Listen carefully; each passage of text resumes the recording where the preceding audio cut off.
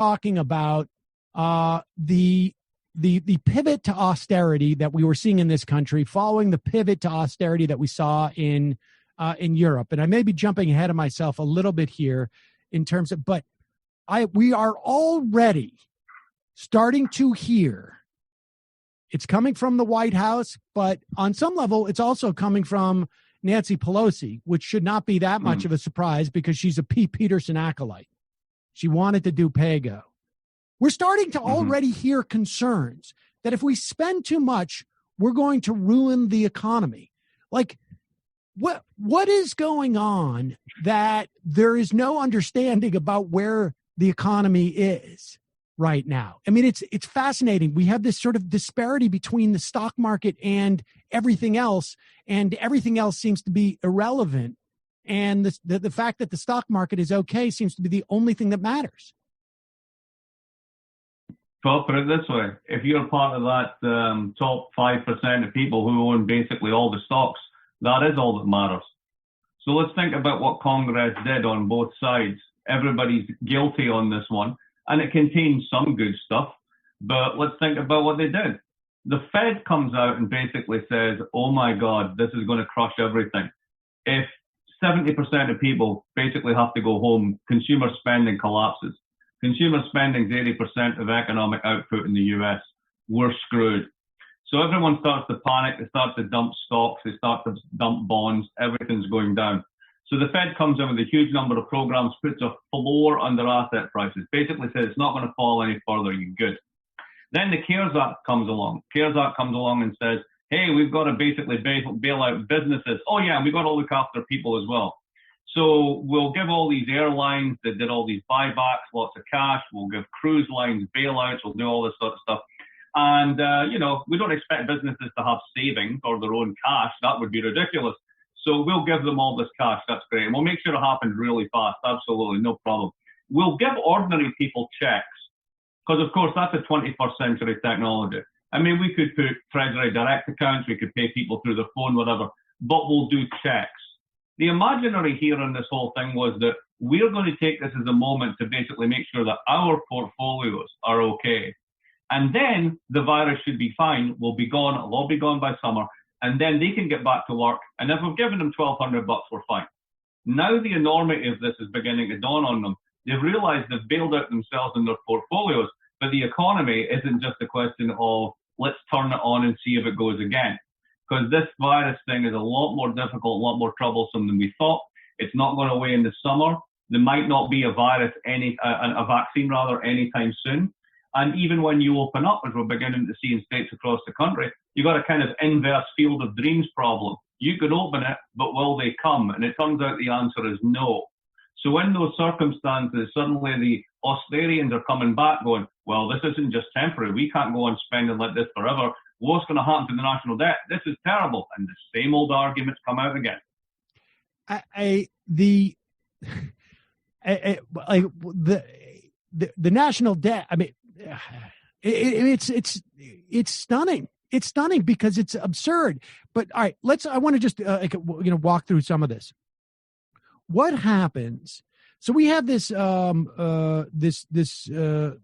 this lending program by the Fed, right? I mean, they went in and they shored up asset prices, but we have this lending program where trillions of dollars are available to corporations to borrow money at basically 0% interest, right? And they should all be able to make money off of that, right? I mean, if either one of us got $1 billion for free and we could keep it for, I mean, are there terms on this? Like how long? Is it a year? Do we know? Or will the Fed keep kicking it down the road? Because obviously you can make money by just, I don't know, I could put $1 billion in a CD for that matter, and I wouldn't have to have, and I would make my living probably off of that easily. But what happens when they've got to pay it back and the economy is still in shambles? So it's not a payback question. Essentially what they're doing is it's just what we did in the financial crisis.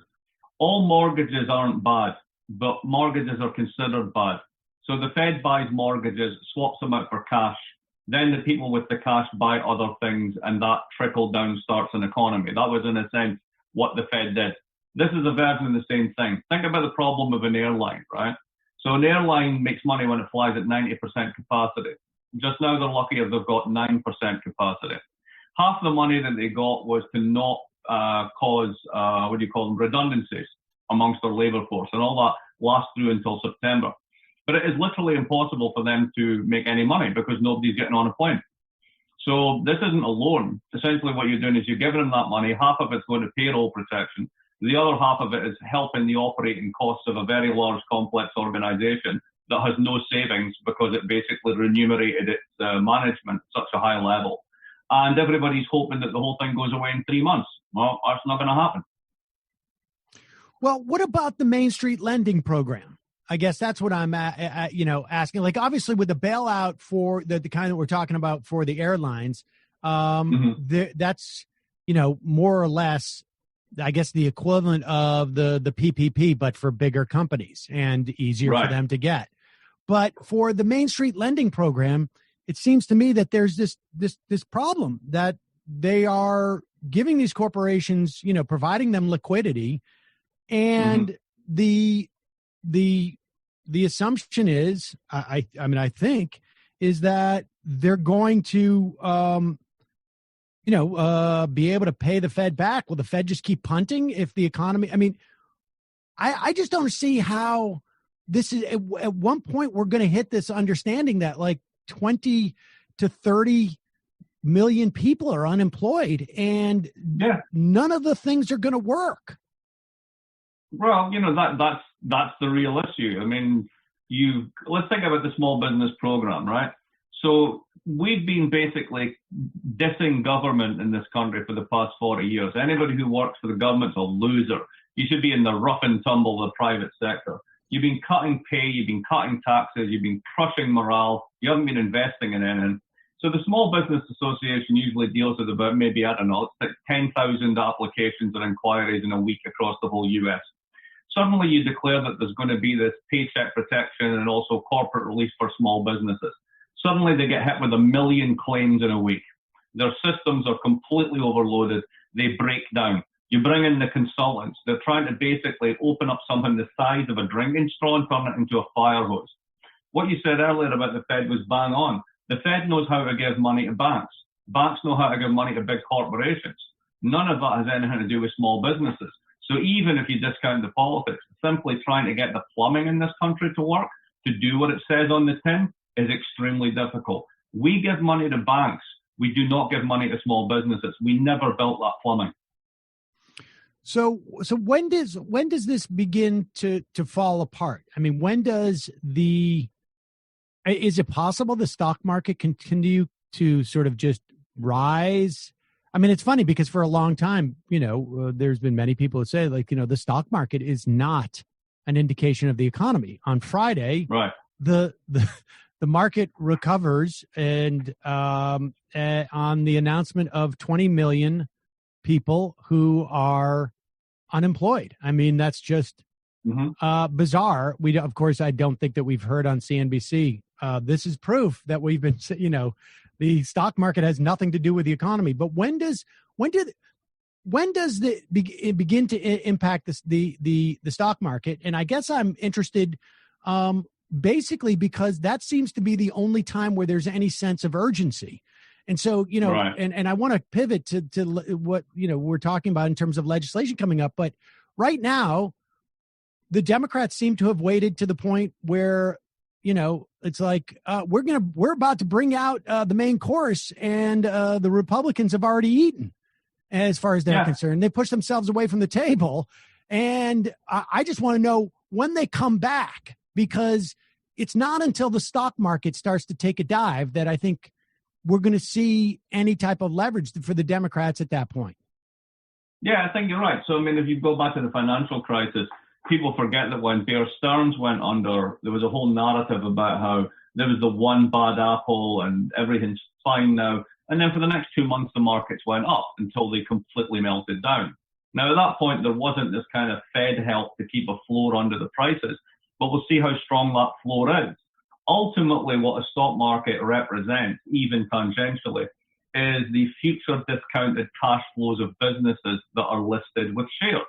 If at the end of the day, those businesses aren't making any money because their workers won't go back to work, because the malls are open but they're bankrupt because no one can pay their rent, etc., then you got a problem. You cannot maintain that level of share price if the cash flows coming at the business have collapsed. So ultimately, there is a connection, but just now it's kind of flying in a bit of a kind of virtual gravity, which is basically because of the Fed and the floor that they've put on asset prices. And all right, so give me a sense of from legislatively at this point. The Democrats have announced that they're going to come out with, I guess this is CARES 3. They're going to try and pass it in the House. It's going to be primarily for cities and municipalities and states, which they desperately need. But also, there's supposedly going to be expanded unemployment, but they're really concerned about overpaying people. You got to be you got to watch out for that, which is just, I don't know. I mean, it's just insanity. And well, what that tells you is how little people were getting paid, right? I mean, if you can actually overpay someone when they're on unemployment, the counterfactual is, my God, how little were they getting paid when they were employed? Right, exactly. And that apparently is not a worry of anybody in Congress at this point. They are looking for $25 billion to keep the U.S. Postal Service afloat, which the Republicans, I think, very craftily made that one of their asks, right? Right. And as far as I can tell, there isn't anything about voting, but maybe I'm just reading about, what they're looking for from an economic standpoint. Supposedly they're going to pass this and the Republicans aren't going to do anything because they want to pause and see what happens as the money filters through. And I'm also now reading that the PPP, there's still about 40% of the funds are left because all the requests seem to have dried up. And I don't know if that's because people didn't know they could get it or they just already had to lay off their people. But give me your sense of where we stand now and then what we should be doing. No, I think that you summarized it right. The Democrats, as ever, never miss an opportunity to miss an opportunity. So they went along with the first one, which is essentially a giant corporate bailout so that they could at least get something for ordinary people.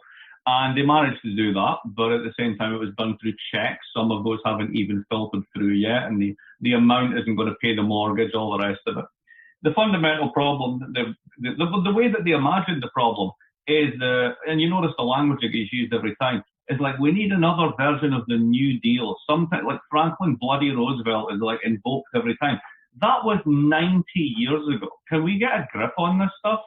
Right? The notion that we're going to take millions of people in the middle of a viral pandemic and put them in a new version of the WPA, stick them in the desert and tent cities and get them to build a dam, that's not really what the problem is just now.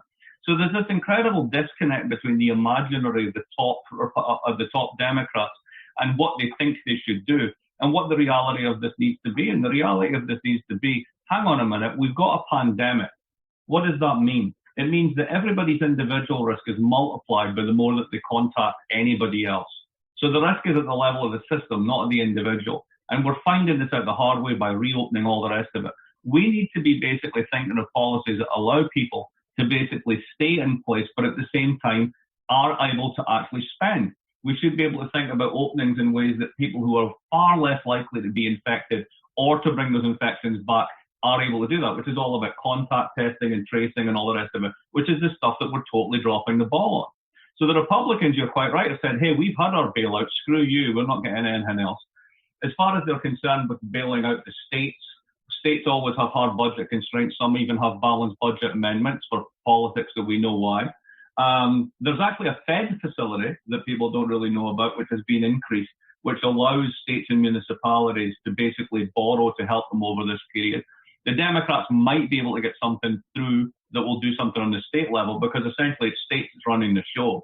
We're asking them to fight a pandemic in the absence of really help or strategy from the federal government, while at the same time furloughing their employees and slashing their budgets That's clearly nonsensical. So there may be something that comes through this. But in terms of sort of how the Democrats think about this,